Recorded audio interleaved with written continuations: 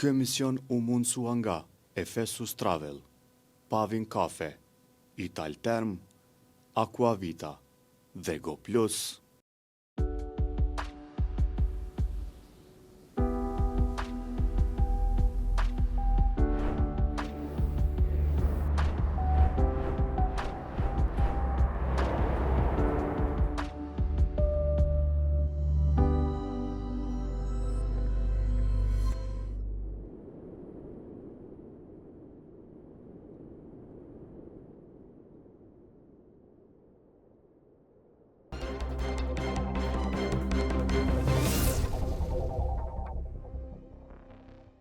Në kohën e pandemisë kanë qenë 3-4 figura, 3-4 fytyra, 3-4 mjek, të cilët kanë gjallë shpresë. Kanë gjallë shpresë atyne që i kanë pa nga media, nga televizori, por më shumë atyre që kanë pas nevojë direkt. Atyre që ballafaqoheshin me smundjen e shekullit, e cila u quajt, të cilët ndodheshin në spital, në klinikat e QKUK-s, kur të gjitha ishin të mbushura plot me pacient dhe ku nuk kishte më vende për shtirjen e shumë të tjerëve. Njëri prej tyre është Izet Sadiku, të cilin e kemi në studio bashkë me Visarin, i cili do të na flas apo do të përpiqemi të bisedojmë me të për shëndetësinë në përgjithësi dhe për vizionin e LDK-s për shëndetësi. Doktor, mirë se erdhe në studio. Faleminderit. Faleminderit për Visar, mirë se erdhe. Ka qenë një periudhë e vështirë. Unë kujtohet jemi pa në QKUK, unë kam pas familjar të shtruar aty. Ka qenë presion i madh për juve. Si e patët menaxhu atë kohë, atë kohë tepër tronë. Po, realisht, faleminderit domon që ktheve këtë statë, që ka ndodhur tash po 5 vite. Po natyrisht të kthej, se ne harrojmë, po na harrojmë domon kanë herë këto statat që po na ndodhen edhe se ato janë përveç të mirave që kanë një e mirë tyre që merr mësim njeriu don prej aty statat, do mendoj që ka qenë një homogenizim i këtë personeli shëndetësor, institucione dhe kur bëhet homogenizimi, tregon edhe kur bashkohemi, mund të dhënë rezultate shumë pozitive. Ne dimë që kemi qenë një shtet goxha për dëshiruar sektorin e shëndetësisë, por jemi ballavaçuar me pandeminë më mirë se tjerët. Tu i falenderoj çti homogenizimit dhe unë mendoj që ja kemi arritur qëllimit, ndërsa sa përket punës si mjek, ajo është një nder ose një mundësi që ty të japet një herë 100 vjet. Bota drejtash do mund të konsiderohet që ka pas një 4 pandemi të mëdha, do mund mëdha që zakonisht ato ndodhin një herë 100 vjet, e që profesionisti shëndetësor është sikur me dhon luftarakëve me shku luftë, do një front edhe me tregu veten. Kështu që unë mendoj në atë periudhë puna që kemi bërë, domthonë angazhimi i punëtorëve shëndetësor ka qenë i mrekullueshëm, me thënë drejtën, edhe e dini që në atë periudhë veç ka prej asaj kohë ka pavëlluar me rrit vlerësimi për punëtorët shëndetësor, më kthy vetë besimit të ta, që atëherë kur do të ata më dhon kontributin e vet, e japin, do mendoj që punëtorët shëndetësor vazhdimisht e japin. Ndoshta kanë herë qeveria, kjo pjesa e menaxhimit ka qenë për me dëshiruar, ndërsa punëtorët shëndetësor gjithmonë e kanë dhënë kontributin e vet dhe menaxhimi i pandemisë i ka pasur efekte sigurisht edhe pozitive për punëtorët shëndetësor, për me tregu që në një moment caktuar punëtorët mund me dhënë kontributin që piti prej tyre, por edhe kur ne jemi bashku për shembull në atë periudhë, për shembull unë më përmend disa gjatë mbas pandemisë që një kontribut shumë madh ka dhënë qytetarët. Ne kemi ndëgjuar situatës që thonë një fjalë popullore sipas vendit bën kuvendit. Ne kemi ditë që s'kemi staf mjaftueshëm, edhe ka ndërtuar sistemi më të organizuar se na.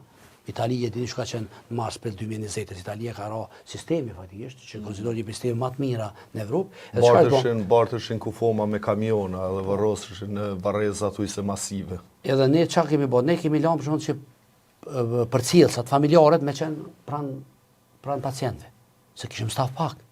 Dhe nevoja për ndihmë atë kohë ka qenë më shumë fizike. Terapinë t'ia kanë herë donator, po oksigjenoterapia, ata që kanë pas nevojë ti ke pas vazhdimisht me dhënë dhe çose të tash me bart ato bombola. Po fillim edhe boca do me bëjmë ato bombolat me gaz, po edhe me nej do bëm shumë ai pacienti që është 24 orë, për shembull nëse ai 5 minuta ai oksigjenin, nuk e sheh infermieri ose mjeku, ai mund të përkeçohet gjendja komplet. Prandaj është dashur që na kanë ndihmuar shumë familjarët dhe kemi arritur që ky bashkëpunimi mes mjekëve, punëtorëve shëndetësor që kanë qenë ballë të kësaj pandemie dhe institucioneve shëndetësore, po edhe pacientëve, qytetarëve, domethënë kanë ndikuar që ne jemi cilësuar si një prej vendeve të suksesshëm në rajon dhe me qenë krenar se me thonë drejtë për shembull në infektive DIP nuk ka vdekur asnjë pacient pa personel shëndetësor.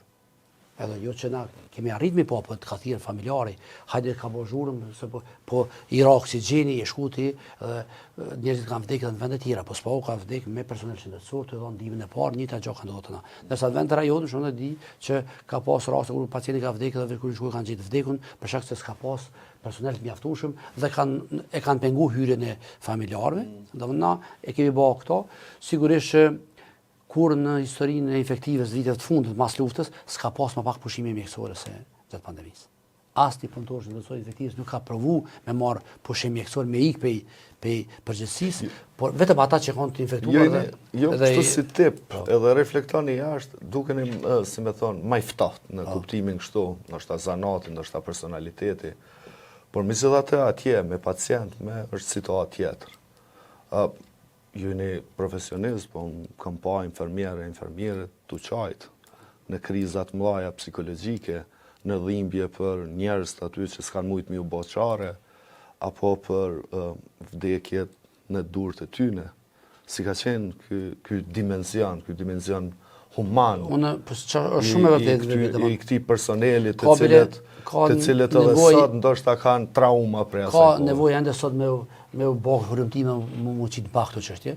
Unë tash para disa muaj në klinika aty në Kujtesari, po më tregon një kolege, një infermiere, tha 3 muaj s'ku mund të shkon në fshat hiç te familja. Fshati nuk lejo kjo.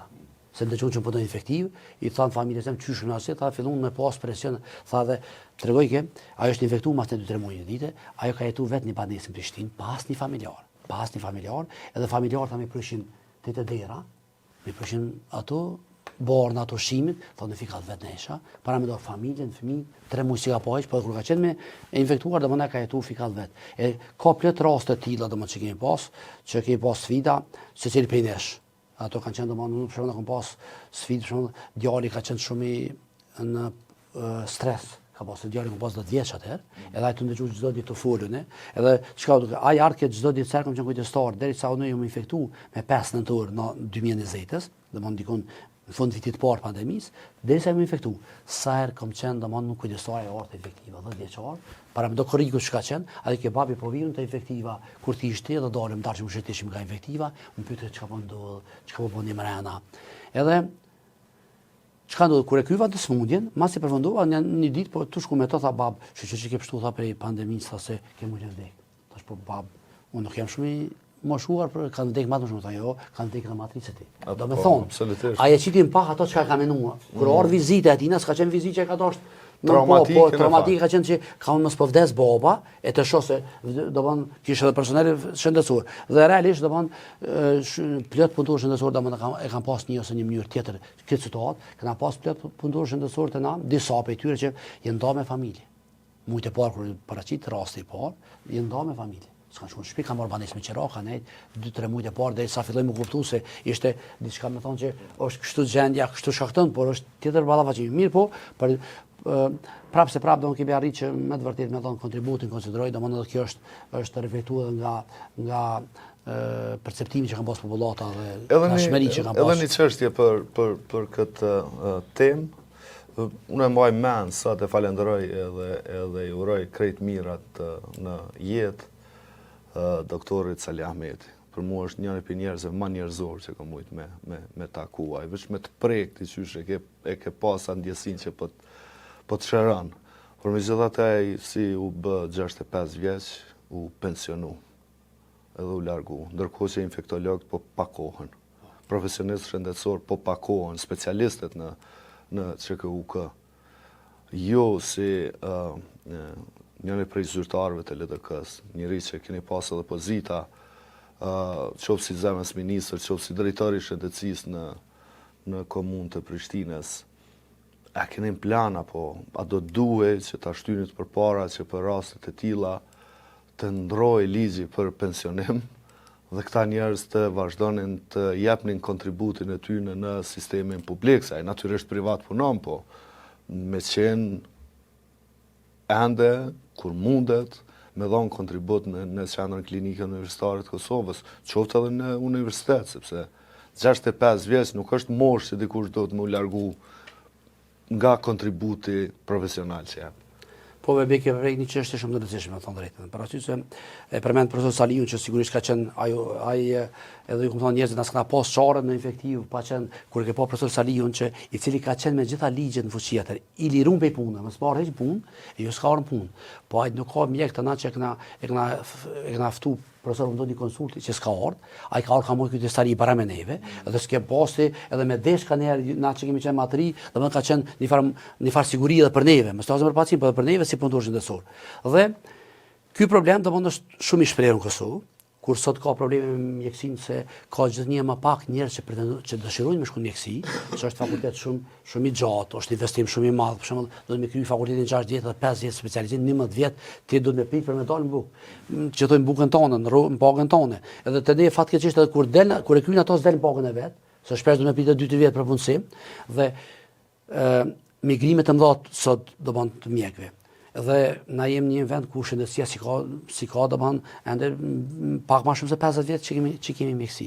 Mjekët e parë na domthon 50-60 vjet që kena pas fakultet, se na një mjek na një vjet kemi pas. Dhe kur ti pe këtyne 60 vjet diku ne ke pas një gap, një atfar zbrasirë 10 vjet që kena bën improvizim na vitet 90-ta se s'ke mundje me kry fakultet Mirfield. Dhe tash me prit me qyr datën kur po del në pension dikush është e papranueshme për një shtet normal do të ishte papranueshme.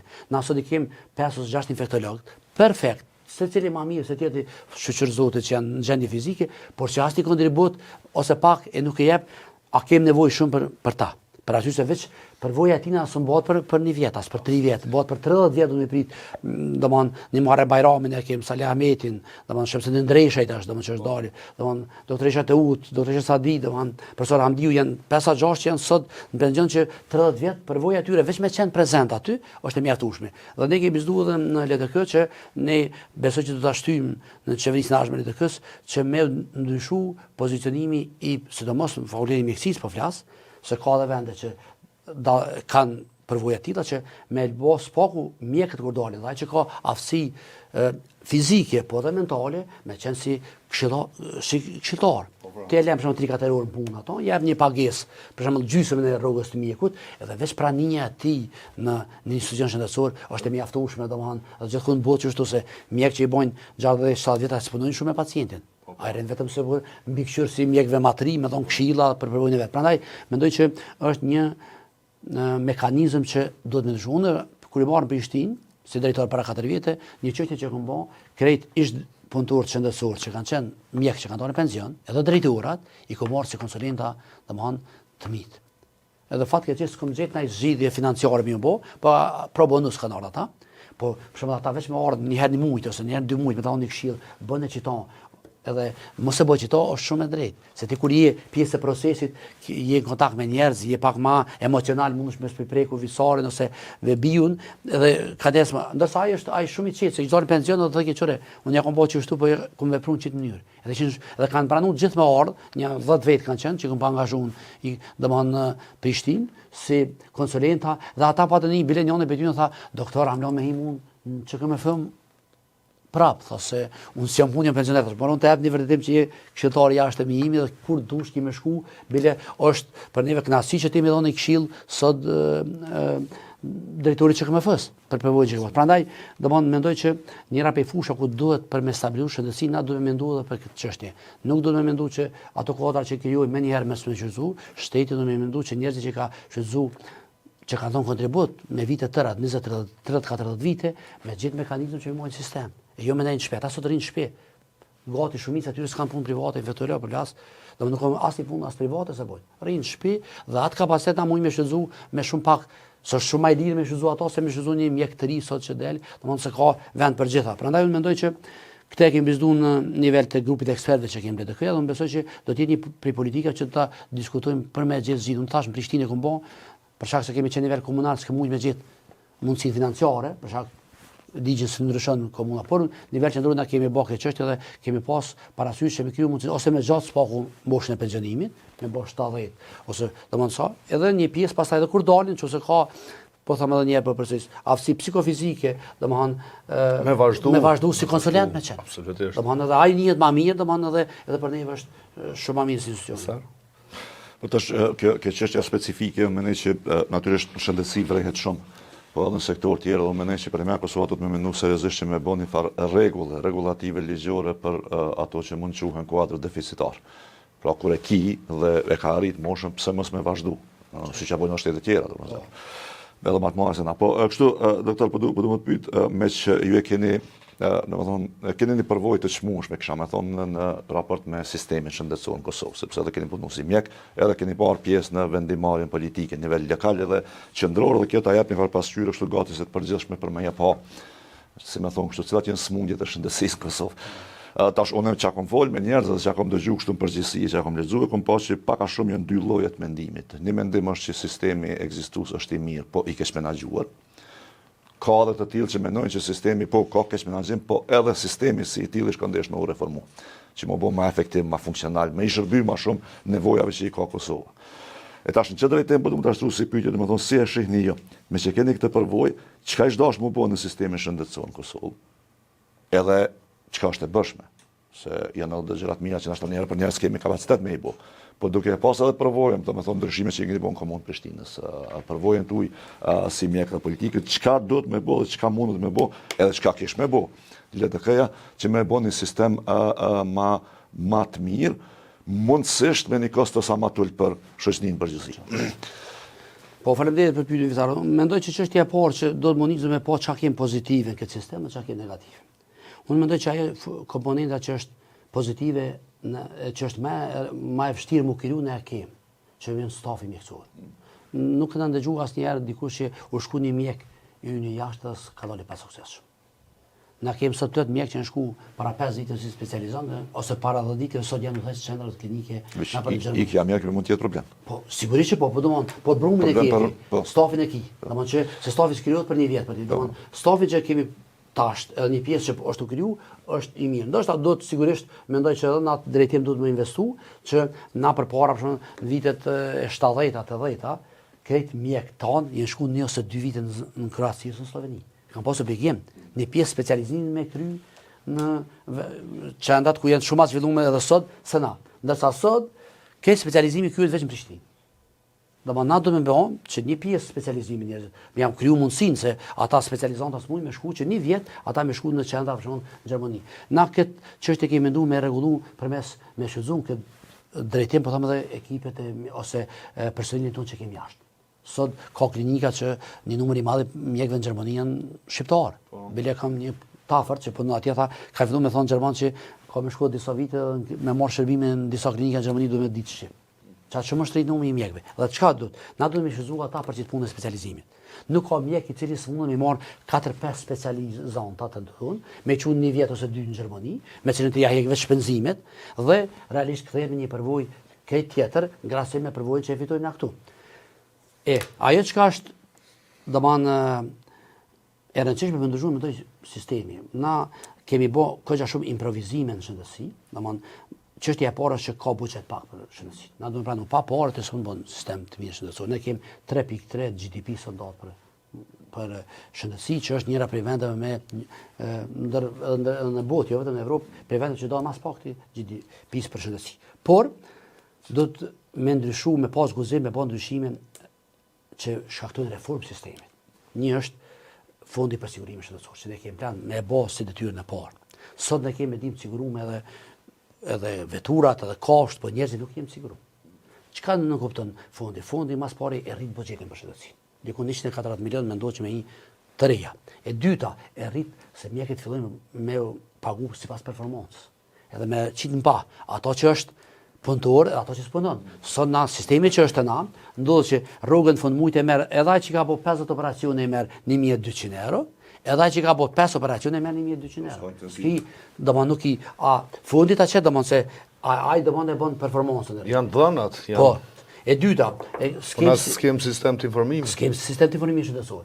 Pe 2006 me miliona euro janë dhënë të, edhe është penguar. Për shembull, në vitin 2016-17 domon ka qenë i gatshëm, është bën me Vamedin, që është një kompani kogja prestigjioze, Ermal Sadikun e kene aty pa pare, ja u po, kryt. s'ka diskutim. Se Edhe nuk është problem që kjo, veç s'ka diskutim. Na kur flasim bile me persona që merren me këtë fushë, çuditën thotë gjithë kjo pore që u dhonë dhe çysh mendoni që shkon që kaq pore. Se ky sistem për 1 vjet 2 bëhet, plus është edhe më e dhëmshme kur na skemi sistem të informimit shëndetësor, kur e kemi këtë kodër brenda Kosovës, që po jep sot, domthon konsulenca ose po jep projekte për vendet më të zhvilluara. Na muj me shfrytëzu sistemin e Kosovë edhe për S'ka një gjë diskutim, tillë. po. Vetëm me plotësuar edhe me këto dhona. Por domthon Nëse shpesh na ligjet na bëhen neve kanë pengesë. Ne dimë që ligji bëhet për të mirë qytetarëve. Nëse një ligj është pengesë për ato ti e ndryshon ligjin. Për shembull, për digitalizimin e sistemit shëndetësor ka penguar se ligji për informimin shëndetësor, sistemi informimit thotë që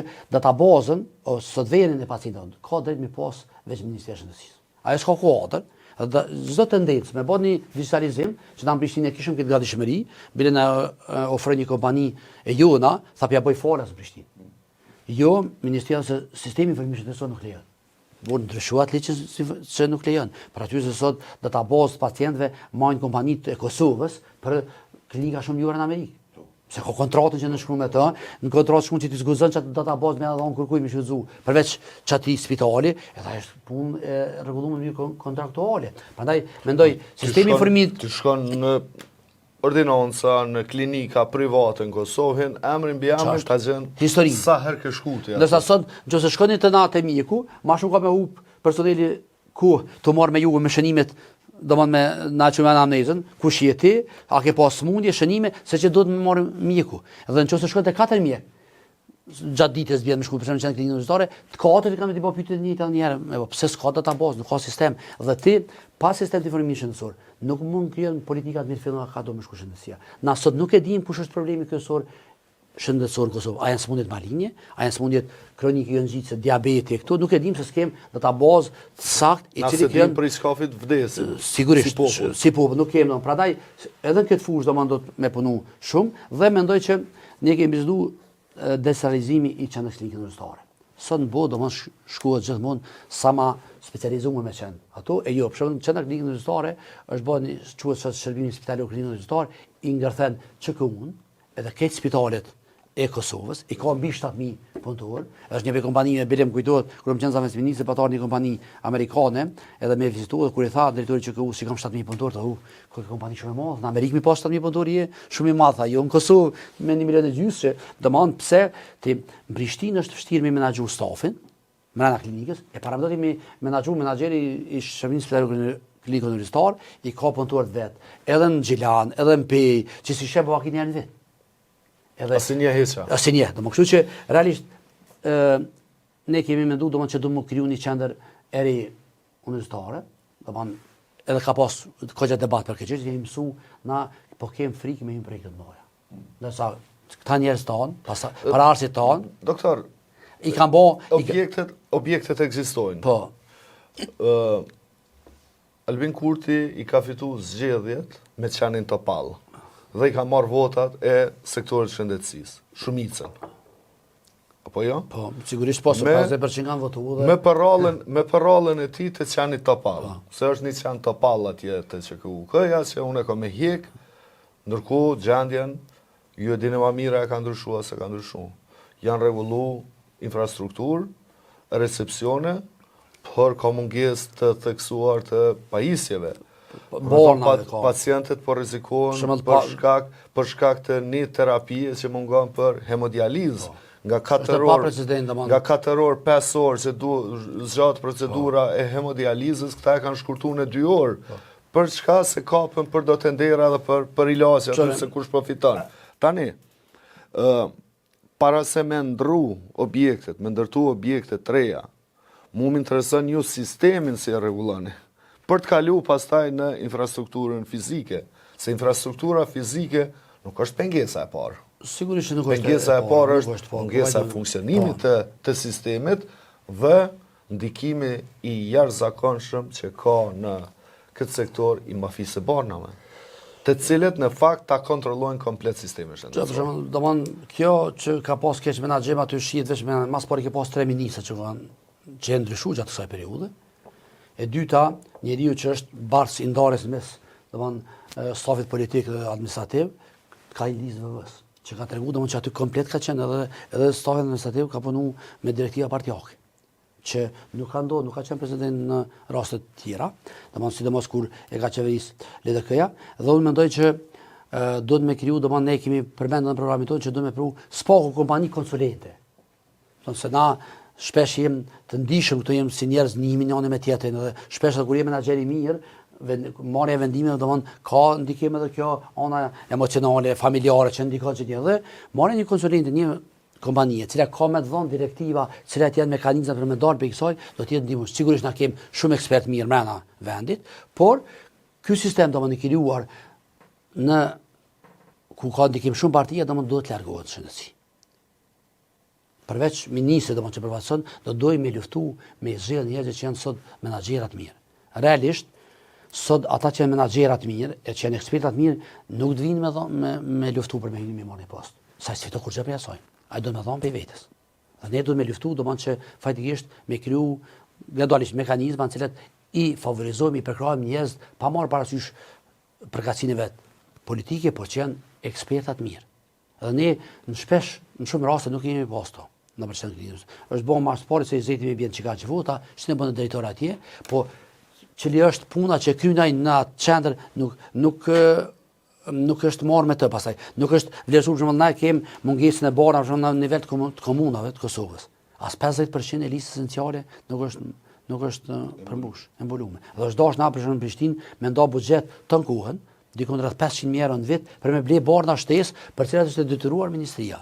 Pse për arsye kur vjen pacienti në qendrën mjekësisë familjare, se dia është përparimi është ministri i shëndetësisë. Ai thotë se kish borna qendrën mjekësisë familjare dhe ne jemi detyruar me nda fond dhe kur kemi nda buxhetin, Ministri i Financave ka thonë pse po doni për borna, ju nuk keni drejt me nda se ja e ka për obligim Ministria e Shëndetësisë. Ndërsa ministria nuk të furnizon, na është dash gjithmonë domon me borna. Prandaj me nda buxhet shtesë për borna dhe unë mendoj që këto me ardhmën e LDK-s dhe me rritjen e buxhetit, por edhe me rritjen e me ndryshimin e çastës njerëzve që ka hyrë në sistem, me futjen e njerëzve që domon nuk e kanë prioritet ardhin ose partijak për me ardhë me menaxhu sistemin, por me ardhë njerëz që janë të dëshmuar. Na kemi për shembull sot e përmenda përsëris në plot qendra të njëra në për Gjermani kemi mjek ta që menaxhojnë. Armen Zema ja ka qitë emrin problemit. E kam pa edhe këto muaj të fundit kur ka fol, konkret ka fol për grupet e caktuara të interesit, të cilat ai është përpjek me zvoglu fuqinë të paktën në sektorin e shëndetësisë.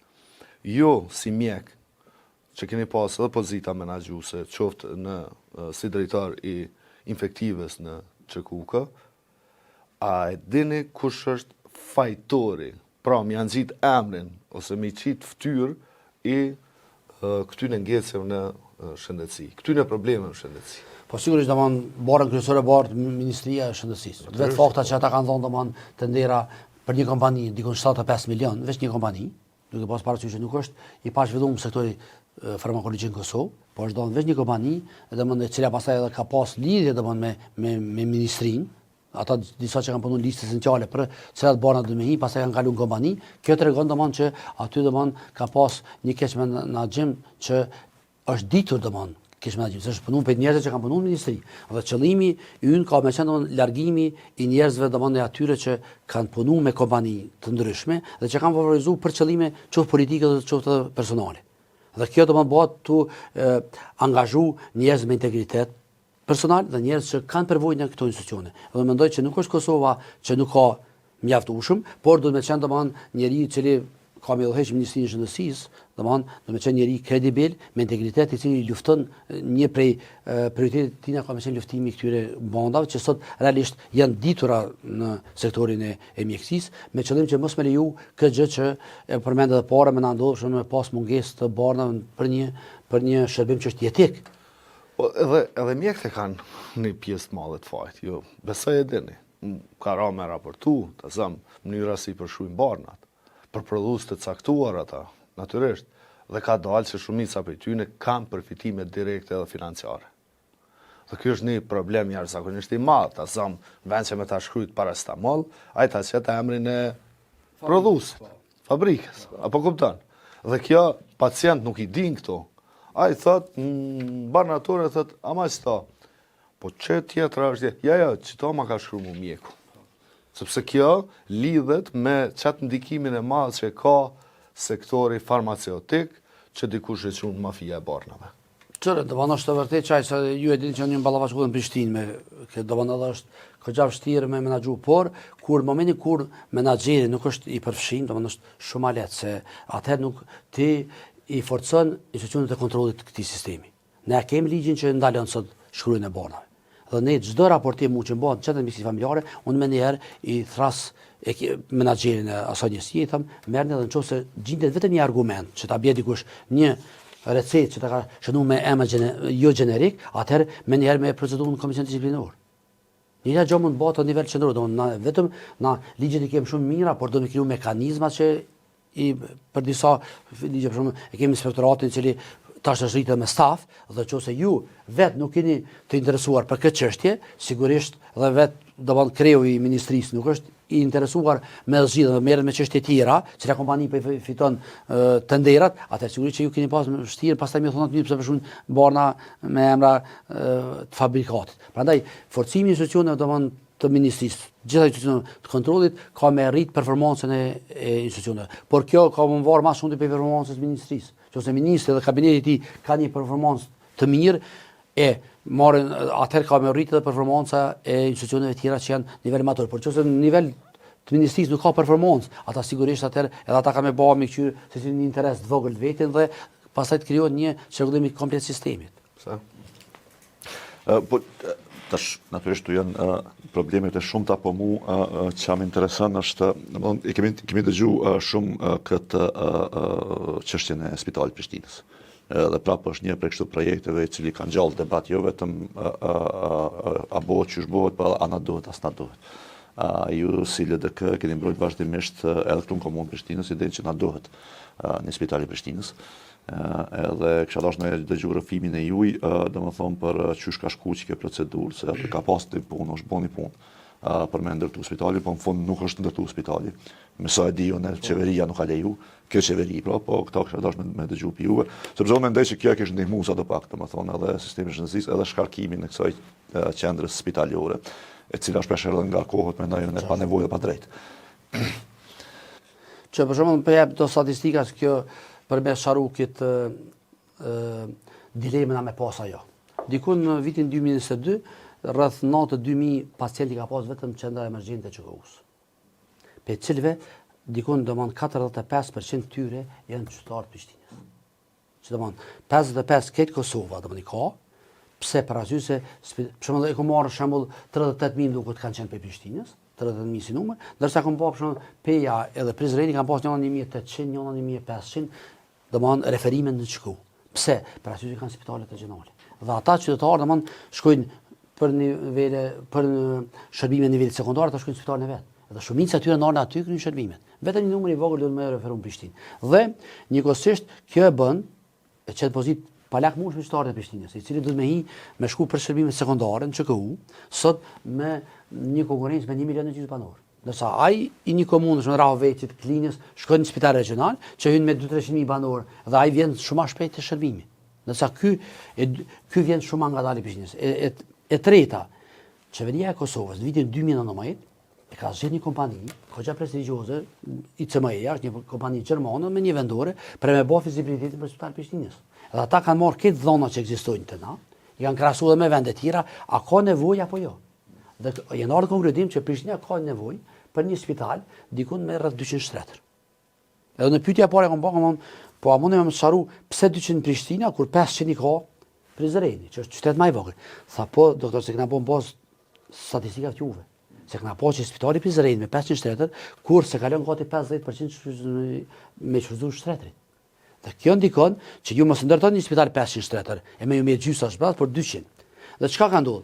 Kur kemi ardhur në qeverinë e qeveria e Ramës, kemi filluar domon një prioritet me realizuar spitalin e Prishtinës, ndërtimin e tij. Dhe kemi filluar që kemi nda buxhet, se kemi po gjetë projekt me nda buxhet për me bëu fizibilitetin e spitalit. Dhe neve kompania na ka lajmëruar që mos ndani parë se na kemi dikon më zgavosh rreth 600.000 euro ka qenë projekti për me bëu fizibilitetin e spitalit Prishtinës. E kemi marrë në projektin, kemi diskutuar me ta dhe aty në atë projekt vetëm i obligimi i Prishtinës ka qenë që me ndot pronën. Ne kemi propozuar 6 prona për atë. Dhe kompania pastaj ka kthyer gjitha pronat dhe kemi filluar me bashkëpunim me kompaninë. Kompania ka propozuar një variant. Takimin e parë është marrë diku në qershor të vitit 2022. Që ne kanë qenë këtë vendimarrësit, drejtori i shërbimit spitalar klinik universitar, ka qenë ministri i shëndetësisë atëherë Rifat Latifi, përfaqësues të udhave të mjekëve, të gjithë vendimarrësit në Kosovë që sot përshëndetje kemi thirrë takim dhe kompania ka prezantuar draftin e parë. Dhe kompania ka lënë domthon kohë që ne më dhon rekomandime në draft çish mendojmë. Ne si komunë nuk kemi pas shumë mundësi me dhon rekomandime se na nuk kemi nivel sekondar. Nuk kemi mjekë që punojnë në sektorin sekondar. Çka kemi bë?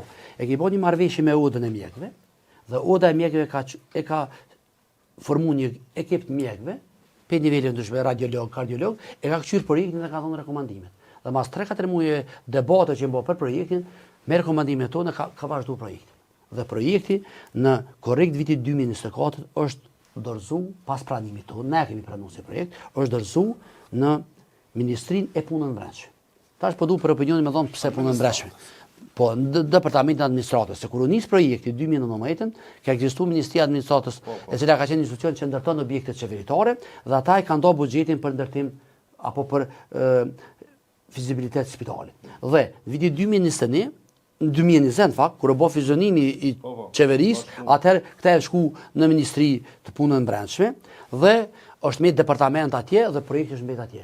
Ata të tënkuën ka qenë një zyrtare domon atje menaxhere projektit që e ka luajtur kohë me fanatizëm projektit, se kanë që buxheti më junon dhe ne bashkë me të bashkëpunuar me ta kemi zhvilluar projektin dhe korrekt vit kaluar është dorëzuar projekti në ministri, na që dy herë kryetari Rama i ka bërë kërkesë zyrtare ministrit Sfesja për me dorëzuar projektin në gusht të vitit kaluar dhe në nëntor, asnjë përgjigje s'kemi pas. Jo arsyetim që s'po duam se ndërtojmë na, po as përgjigje s'kemi pas.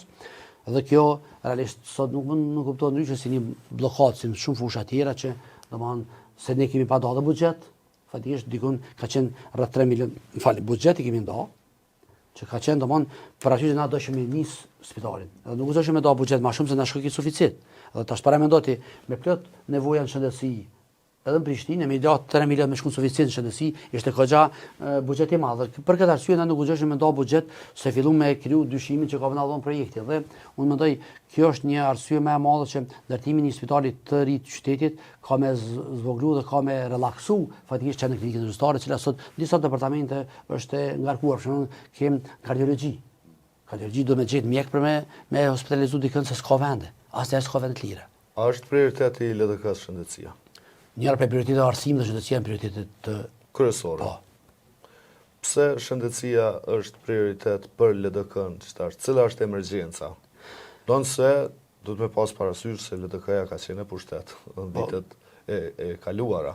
Parasysh se nuk është ka pas ministër, dy ose tre ministra i ka pas LDK-ja të shëndetësisë, ndërkohë shumë më herët shteti jonë ja ka lënë minoritete Ministrinë e Shëndetësisë si pjesë ndarjes, pa i nënshmua ata. Natyrisht, po, ka tregu që nuk është që e kanë shumë... Prioritet se realisht domon është po që gjose bota një analizë investimi shëndetësi në kuptohet një farë rritje ekonomike. Pse? Përso në qëse ju krijon një sistem shëndetësor i cili ka më kujdes për jetën e qytetarëve.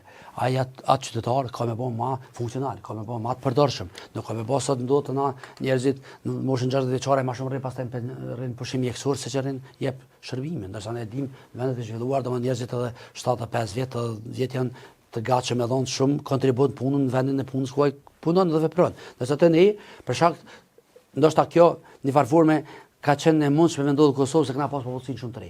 Dhe nuk e vrejt shumë, se ka qenë numri i vogël i mëshure. Mirë, po na sot po shohim që po vazhdojmë me rrit mosha e shtyre qytetare, po vazhdojmë me rrit smundjet kronike që sot janë smundje maligne, cilat domosdoshmë fatikisht e krijojnë një lloj invaliditeti goxha të lartë të qytetarët, dhe nëse ju nuk keni sistem shëndetësor, kjo ka me rrit barën në shpenzimeve. Sot dikun 40% e shpenzimeve në shëndetësi njerëzit i kryjnë pe xhepit vet.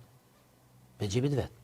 Edhe çfarë stagnimi ekonomik shkakton domthonë kjo kur ju s'keni një sistem shëndetësor i cili shpenzimet për ata s'do të më menu për pe xhepit vetëm me pagu për shërbimin shëndetësor. Dhe kjo në farforme domthonë i bën që ne domthonë me investimin në shëndetësi është një investim domthonë në zhvillim ekonomik. E dyta është ne me këtë nëse bëjmë sistem shëndetësor të mirëfillt, që kemi disa fusha, sot domthonë njihet edhe si një lloj biznesi apo shëndetësor. Ne kemi plot qytetarë tonë që prej Gjermanie vinë për shërbimin stomatologjik në Kosovë. Po, turizmi shëndetësor faktikisht. Pse? Për aty është shumë e lirë dhe ti mundesh me bë për disa shërbime, jo ndoshta për shembull ju keni pa çfarë zhvillimi ka në shëndetësi Turqia në Evropë. Dhe sot njerëzit shumë marrin shërbime në Turqi për plot fusha, sidomos turizmi shëndetësor, këto estetike që më shkon në Gjermani dhe në vendet më të zhvilluara. Prandaj edhe këtu investimi në shëndetësi është kuptuar edhe prej LDK-s, domethënë që nuk është vetëm investim për shëndetin, po njëkohësisht përveç që mbrojmë shëndetin, na krijojmë edhe zhvillim ekonomik, për aty se ruajmë jetën e qytetarëve dhe sa më shëndetshëm qytetarët, mundësia për me pas një zhvillim më të madh ekonomik është më e madhe. Ne sot për shembull kemi, unë besoj që nuk bën shumë volumtime, po kemi shumë probleme në fushën e shëndetit mendor. Kanë këtë bota, por ata s'po kanë sistem të zhvilluar për kontroll psikolog klinik. Na s'kem psikolog klinik numër shumë vogël. Po na mas pari mentalitetin nuk e kemi shëruar, se njerëzit ndihen të turpëruar me folë për probleme të tilla. Probleme që mund të jetë ankthi, depresioni, se këtu të dhejnë i trend. Po. Pa u shëru shoqëria për kësaj logjike, është problemu të trajtu. S'ka domosdoshmë gjitha këto kur i bën në shet domosdoshmë që investimi se në mjeksi është një thënie më mirë është parandalosh se në mjekosh. Sa më shumë që investon në shëndetësi, ti do më kjo mundësi që njerëzit që më të shëndetshëm. Jemi në fund të këtij bashkëbisedimi që ka jesë shumë shpejt. Prioritetet e LDK-s. Deri tash sa kemi kuptuar është Spitali i Prishtinës, që premtohet e kur nuk bëhet, është sistemi informativ, sigurimi shëndetësor dhe ndërtimi i qendrës të re klinike universitare të Kosovës. Por këto janë kryesore. Po, këto janë domthonë themeli thash e një ndryshimi të madh sistemit. A premtoni që për 4 vjet nëse jeni në qeveri, për 4 vjet keni me kry çito? Po, domthonë këtu qysh vitin e parë domthonë kemi filluar me mbledh se ligji për sigurimin shëndetësor është dikon prej domthonë vitit 2010 ose 2011 do të jetë i gatshëm dhe ne faktikisht me qenë korrekt kemi bën në vitin 2015 e kemi bën të gatshëm fillimin të grumbullimit të mjeteve për sistem shëndetësor. Që i bën 7% e pagës, ka qenë 3.5 punëdhënësi dhe 3.5 punëmarrësi, e që ne kemi menduar qysh vitin e parë me fillu sektorin publik, po njëkohësisht diku 140 milion konsiderohet se do të jetë fondi i sigurimit shëndetësor.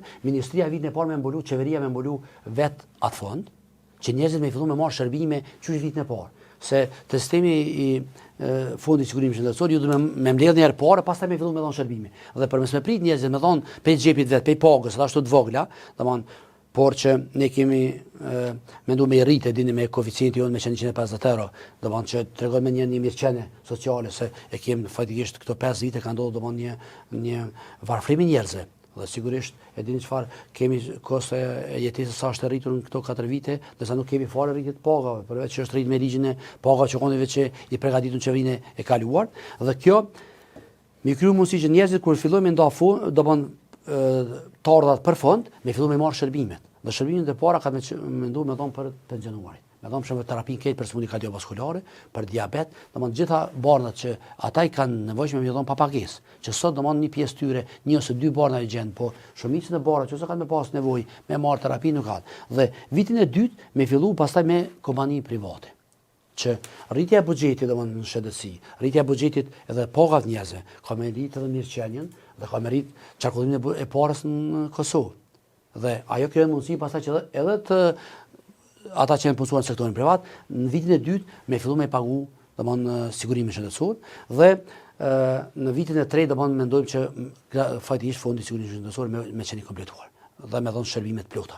Ndërsa të sistemi informimit shëndetësor, që është bazament dhe shkon paralelisht me fondi, s'mund krijohet fond pa pas sistem të informimit shëndetësor, se nuk i di çfarë sëmundje ki e përmendëm më herët. Ne kemi menduar edhe me bazë të ekspertëve që ju përmendën disa prej tyre kemi listën domthonë në liston të deputetëve që janë njohur shumë mirë kësaj fushë, që ata mesazhi që bisedon thotë as 6 muaj ditë nuk ti merr domosdoshmë krijon një sistem që kushton shumë më lirë se që është menduar në Kosovë sa parë janë shpenzuar për 2006-s. Prandaj janë dy fushat dhe ky ndërtimi i qendrës klinikës universitare e përmendëm më herët, është menduar të re për aty se do të mundon me bën një analizë. Qendra klinikës universitare që është sot është ndërtuar diku në 64 dhe ka qenë si spitali i qytetit për janë 100.000 banor. Pastaj ajo është rrit gradualisht dhe është improvisuar shpesh. Është bën me qytet një kolum analt, bën një zyrë më poshtë, bile domthon edhe me profesor Latif kur bisedojmë edhe që aty është depresive në plot klinika kur shkon është depresive, vendi punës, stafi kur shkon aty, e keni pas sot qytetarë kur shkojnë po shkojnë privat se nuk kemi sigurt që marr shërbime më të mira, po janë më cilësore, hapësira është më cilësore, është më e këndshme. Se kam plafonin me kryq, me çelmullet po më të vogël. Prandaj e dyta ka ndryshuar smundjet që kur ndërtu spitali dhe sot. Për shembull, në vitet 60 vdekja për tuberkulozë ka qenë shumë e madhe. Sot më me tuberkulozën nuk është smundje që mikohet në spital. Ndërsa smundjet malindja atë s'ka pas fare. Sot për shembull, dim që kemi studiin në onkologjisë.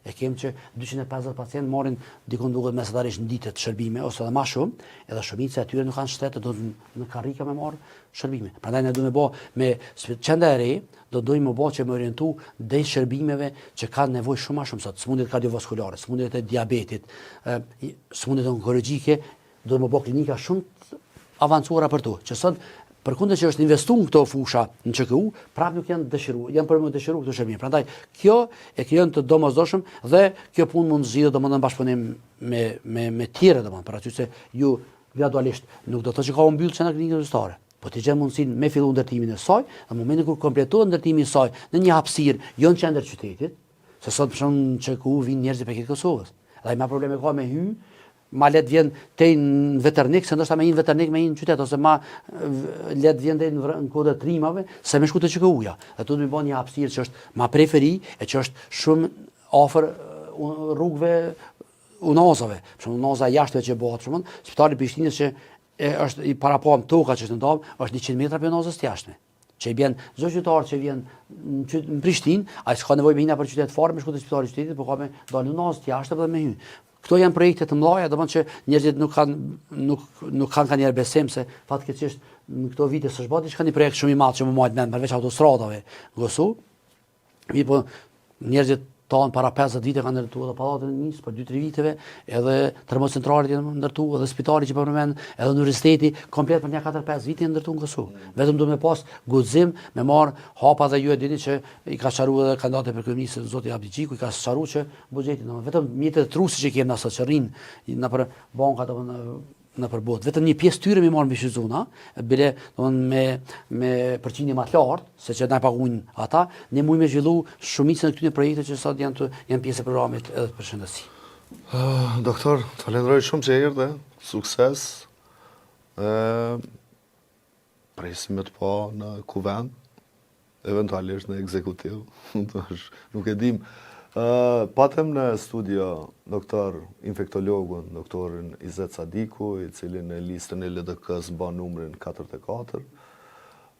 Kushdo që e njeh personalisht apo ka pas punë me doktorin, e din se çfarë njeriu është. Sidoqoftë ju mbetet ta vlerësoni më mirë se kë e doni në Kuvend Kosovës. Faleminderit e mirupafshim.